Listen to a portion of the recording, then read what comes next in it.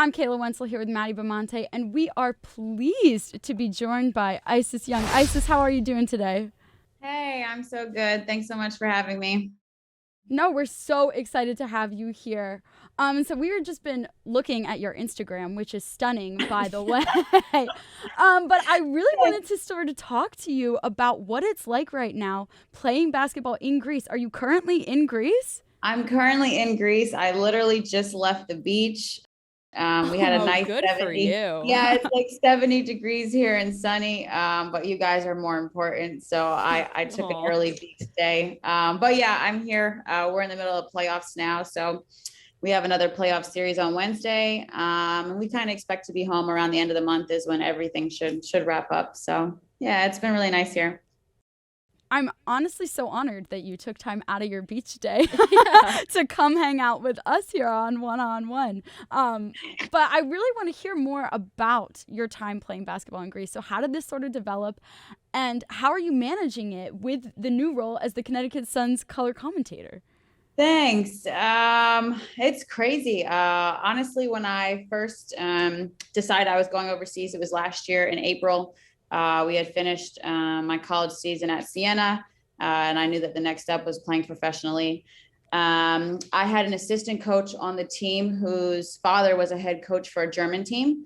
And so they had kind of recruited me. So I didn't have an agent at the time. I just, used my connections that I had.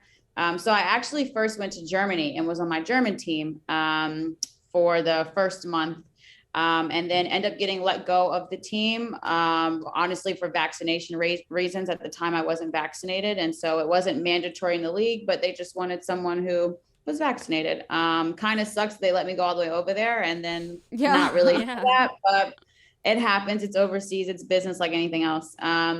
So I kicked it for a little bit in Germany. I had a friend out there that had his own gym and is a trainer. And so I just worked at his gym, honestly, for a few months, found living there, and then got a new agent, got to my team in Greece in October, and have been here ever since. So the experience has been a lot. It's definitely been different. I hit 2 countries in my first year, which most people don't do. So I've heard. But yeah, the season has still been up and down with COVID. We still had some cancellations. So I've spent time in my apartment for 3 weeks at a time, because we had canceled games. And then other times, because of those canceled games, like in March, we had, I think, 7 or 8 games, which normally we don't play. Normally we play once a week. So it's been up and down like anything else. I've been healthy, which is great. My first year is going really good. It's an experience. I love the food. I love the weather. I'm on a little island. And so Oh it's my a tourist gosh. island. So around right now, it's like picking up with tourists, which is really cool to see. And then while I was over here, honestly, an alumni from Syracuse reached out to me. I went to Syracuse before I went to Fordham. And he's a play-by-play guy for the Connecticut Sun. And he just like, hey, Ice, and I don't know him personally. I just follow him through Twitter and social media, the beauty of social media. And he's like, hey, Ice, heard about your work. You just wanted to see if we could chat really quick. I'm like, okay, cool. It's Q's alum. Like, why not? What's up? How are you? What's this about? He's like, yeah, we're looking for an analyst. And I came across your work and I wanted to ask if you'd be interested. And I'm like, would I be interested? Yeah, of course. And so that's it. It was just like a referral. And I did one interview, guys, that I thought was good. And they watched my reel. And then a week later, she called me back. She's like, do you want the job? I was like, of course I want the job.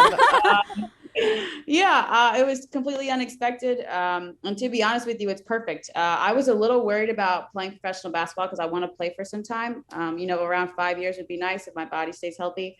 And so I was like, well, I become irrelevant in the broadcast industry because I'm a hooper. No one's going to see me in front of the camera. My skills, obviously, I'm going to be rusty. And Right. so I was worried about in the summer periods trying to find work. And obviously, for someone who calls college basketball and college soccer, there is no work in the summer. There's zero work in the summer. There's like maybe the TBT tournament that ESPN puts on and the Big Three challenge with Ice Cube. And like, that's it, and that's kind of it. So I was really, really worried.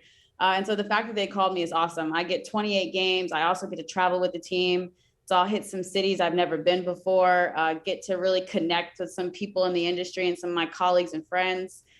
So it's a huge step for me. And I kind of feel like I'm working full time now. I was kind of had a seasonal job with basketball. And now it's like, no, when I get home, I have 2 weeks and then we have game day. So completely unexpected. And honestly, I'm just glad that I had the connections I had at Syracuse and at Fordham to make it happen. I can't, I have so many stories where I got things only because I knew someone. Yeah, I So mean, it's amazing. We've been talking about throughout the show about the opportunities women have really been getting in broadcasting. And you mentioned kind of the trajectory that you followed. Was broadcasting your plan? How did you break into it? Because I feel like as a professional hooper, it's not really on your mind the first thing. You're trying to stay on the game. So what did you do to develop your skills? yeah, I mean, I was super serious about basketball in college. Obviously, you know, playing at Syracuse, went to Fordham, Siena. Like I went to good schools. I also went to the University of Florida. We could have a whole nother show about my college experience and the schools that I've been to. But and so I said to say that when I started broadcasting, I took it so serious because I was so in love with it.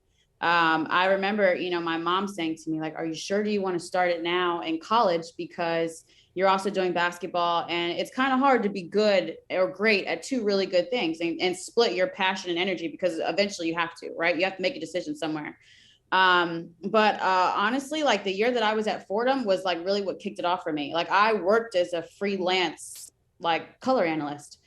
You know, I did men's and women's basketball at Fordham. I went to Columbia and did games there. I worked sideline at sideline at Manhattan College. So I was everywhere doing everything. I was calling, you know, 2 to 4 games a week. And then I also did radio, obviously, for you guys. And so I was like stretched, but all I could kept thinking was, I can't wait till I get the chance to do this and not have to go to school. And that just be what I do because I loved it and I was having so much fun with it. So I would say my year at Fordham a couple of years ago was really what built my skills and gave me the reps that I needed to at least be able to secure this job. And then this job will give me the reps and the family and the industry and the connections for the next 2 years to then go and secure whatever I want after that, whether it's the same thing. But I definitely at one point felt like, okay, I have 2 things that I really, really love. And are they going to work out? Like, will I be able to play overseas? Because that's always the goal. And then will I be able to broadcast in the meantime? And I'm not so sure why it worked out perfectly, but I'm not at all. I'm extremely thankful for it. Yeah, so the Connecticut Suns, they were doing great in the WNBA last year, and the draft is coming up on Monday. They have the 12th pick. Have you started researching, doing your homework? Like, do you have any expectations for who you want them to pick? Yeah, to be honest with you, we've, you know, gotten mass emails about the players that are going to be at the draft slash new NCAA players who have just become eligible for the draft and decided that's what they're trying to do. And so you pay attention to the names. Some of them look familiar. Some of them are former teammates, which I'm I'm like thrilled. Yeah. To be able to see that. And then some of them are people that I've played against literally since I was 5 years old and through the AAU circuit and like across the country. So it's exciting for me. I haven't gone as far to be like, who should they draft and what do they need? Because obviously they're strong. You know, they had a 15-1 season last year at home, which is like unheard of. And so I think whoever they get, they will probably need. It will be a good addition. There's so many different ways they could go. But one of the things too is just, you know, also since I'm going to be calling games home and away, it's also paying attention to everyone. You know, what does everyone need? And if there happens to be a rookie that gets drafted and comes in and maybe was a 23rd pick, but for that team became like the 6th person, that also I should know, right? Calling their games. And so I just kind of been taking it all in. I won't lie to you. It's a lot of information. I think if there's one fear that I have, it's just like, how prepared do I really need to be, you know? And getting into games and feeling like, dang, I wish I had this piece of information. But that's how you grow, right? That's how you grow. And that's how you know what you need to do the job the best way that you can. So I think for me, it's just trying not to have like an information overload. And then at the end of the day, like remembering I got picked to do the job and I just call the game. I got to analyze the game. At the end of the day, if I don't have information, the game is in front of me. I call the game. I've been around the game and these players. And I just have to trust that I was hired for a reason and go from there. So that's kind of been the little thing I've been overcoming lately is just information and knowing everything that I need to know. You know, it's like any job. Yeah, we're all too familiar with the over preparedness, being prepared. It's definitely a struggle every single time, showing up to shows like this.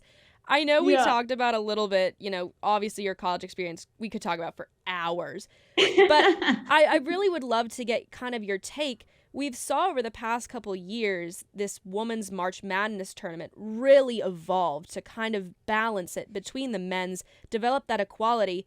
I would love to hear kind of your opinion. Do you feel the NCAA is improving? Are they doing the right things? Is there a way to go for these women basketball players to really have that chance to shine, or should we wait a couple more years? One, I want to say that it's not just basketball, that it is the NCAA as a whole on the women's side that has to pick it up, right? We could literally look at every sport. The only sport that I think you may not see a discrepancy is gymnastics, because we killed gymnastics. Like, have you ever been, I went to University of Florida, and gymnastics was more packed than men's basketball. Like, I was stunned at how many people came out here to see. I had a friend on the team, and I was like, this many people come and watch you flip and do all these things and land. You know what I'm saying? I'm like, this is amazing. And so for a sport that already has a natural following, it's easy for the NCAA to do what they're supposed to do, right? Because they don't have to do much, because there are people who are watching. But for the other sports, especially at certain schools, you don't get that. My thing has been this. It just depends on who is in the room making those decisions. I can tell you that I can't imagine that whoever decided that the weight room in last year's Final Four was equal or even or substantial. It wasn't even substantial. Substantial could not have been a former women's basketball player in the room that made that decision. There's no way. There's no way.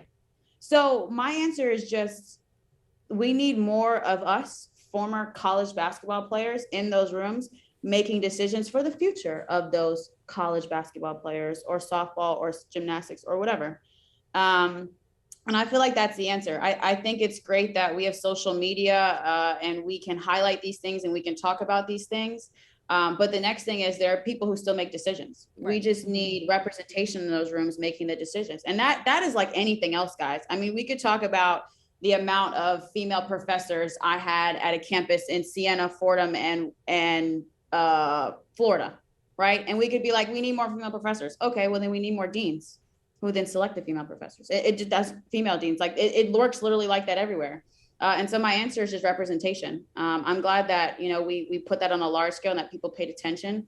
I don't know if you guys saw, but the national championship game this year had almost 5 million audience watchers, right? Yeah. And I was like, 5 million, crazy. That would have never been 5 years ago. No one even thought we would even got that close. And so representation matters. And I'm glad that it was on the ESPN and like on a big scale, right? But that's probably because somebody in the room was former somebody of somebody, a player of somewhere, and was like, we got to have this on here. There's no option. And so I think that it was sad, but I really wasn't surprised. Yeah. I was just surprised that somebody recorded it and then thought to post it. Because that's bold. It's NCAA, and I'm sure with you guys know compliance and issues like that. I thought that was like a compliance issue or something. Yeah. I'm like, oh my God, this girl's gonna get kicked off this team and she plays for Oregon. They're good, But instead it's like, no, we can't ignore those things. So my answer is just representation in the rooms and people that have to make decisions on behalf of those that should look like the ones they're deciding about. We don't have that in this country at any level. But that's what's so great about you, and that's something that I give you such major credit for, is as being a player and as being somebody who's been in that sphere and then moving into the broadcasting realm of it, you have such a niche and deep understanding of how it is supposed to function. And so I think that about you, that is just such an incredible talent that you bring to everything that you do, is just carrying your experiences with you and then applying that to what you're talking about. Yeah, thank you for that. I think I've just been blessed to be in so many different places and been able to observe things in the relationships that I have. One of my most valuable relationships is Sue Edson. She's at Syracuse and she's the head of athletic communications. She has a daughter, Tracy, who I'm like a mentor to. And obviously Sue is a female. And so being the head of athletic communications at Syracuse, where so many different sports do so well in that conference across the country, is a lot. Yeah. And just conversations with her where she's been a part of Syracuse only for 30 years and hearing about the growth that happened because she's witnessed that and she's been there, but also because she was a former athlete who could make decisions based on athletes. And so I say that to say that a lot of those people in my life make me keep perspective to understand that, okay, when I'm in these rooms or when I get to the Connecticut Sun and they say, hey, we're looking for someone who can host halftime. Do you have anybody? Me bringing those people up behind me that suggested me in rooms so I can suggest them rooms so we can start to make a real difference and a real change. So as awesome it is that I have those experience, it also adds responsibility to make sure that I do the right thing when I'm given opportunities to shine or to help others shine. And it's not just about me. Unfortunately, what I do reflects on you guys. And that's fortunately and unfortunately, right? We have good and bad situations where things have happened. But my job is just to make sure that someone looks at me and says, we took a chance on her and it was the right chance. And now we can take a chance on whoever she's recommending or whoever she's bringing with her. And that should really be the goal, I think, for all of us, especially women in sports. You have no option, especially women in this industry. You have to know that what you do reflects on others, whether you want it to or not. Yeah, and you mentioned women in sports, and it's such a big thing because I felt the same way where I've needed kind of that figure, another woman in sports to really help me and guide me through like it's a difficult journey for women. It's not easy whatsoever. And so I want to know, who was your figure you looked up to? Like, who was the person that drove you through this entire crazy path for you? Yeah, Maddie, that's such a good question. I say this all the time in almost any interview that I've ever done. I always say, where would I be without my mentors? I'm not sure. I'm really not sure. My mentors have gotten me opportunities. They've mentored me in opportunities. They've taken mentorship from the camera and brought it into my life and have helped me. The main one that comes to mind, though, is LaChina Robinson, is my mentor. She's my role model. LaChina is like the best person in the world. Like after my mother, it's LaChina. But, I met her while I was at Syracuse. She is a women's college basketball analyst, also works as a host, has done a lot of different things, but is one of the prominent names in the industry for women's college basketball. And has been in the business for over 10 years. And so LaChina is, a Black female. And I used to listen to her call the games in the ACC. So we had a game where we played Duke. And I grew up like a UNC fan. So I hate Duke, but obviously never played UNC. Yeah, I'm sorry. I'm one of those. It's like Duke. No, stop. But anyway, so we're playing Duke and I'm excited for it. Like I'm hyped for it. Like little 5-year-old Ice is like, oh my God, we get to play Duke today. And LaChina's calling the game. And so my SID is like, hey, LaChina's here. And I'm like, whoa, stop. Like I'm getting, I'm like, yeah, stop. And she's like, I can introduce you before the game. Like she has some time, like right now. I'm like, right now. And she's like, yeah, right now. So I walk over there and I just tell her I'm a fan. I want to get into broadcasting. And I just, would love to connect with her if she had time for me. And so I'm not going to lie. I had my best game at Syracuse that year. I hit 4 threes in the first half. Like I was like on fire. And I say that because I think that helped LaChina like respond to me later. Like, oh, she was pretty good on the court. I remember her and she's nice. And so that started my relationship with her. And I'm in her Rising Media Stars program where she helps women of color get jobs in the sports industry and trains us. And she's been everything. I know that I can do what I'm doing at the Sun because LaChina did what she did. It's actually that simple. So I would say she has been the light, honestly, and just a great role model. And she continues to be. She's one of those people who pulls as she climbs. And that's really what I'm trying to do. She's still blazing a trail in the industry, and then she's blazing the trail and having people walk very close behind her. And that says a lot about your character, that she's never worried about, bringing people up in the industry and wondering, are they going to take things from her or things from other people? She's like, what's for you is for you. And what's for me is for me. And I will pull as I climb. And so she's been amazing. Thank you so much, Isis Young. I mean, that was incredible. You're such an icon to all of us here at WFUV, and I know to tons of Fordham athletes just all over here. You're such a beautiful person who's coming in, and you're just uplifting women on our Women's Day show. Mm-hmm. We're just so honored that you came here for us and that you came here and spoke with us about your experience. So thank you so much, Isis.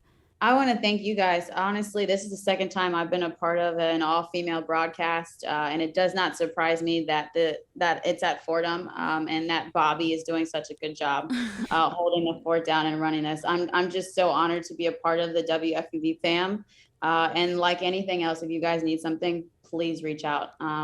But yeah, it's awesome to be here. It's awesome to talk to you guys. And thanks for what you're doing. Somebody is also looking at you and following you. So take that with you. Thank you, Thank you. Ice. This Ice is young, everybody.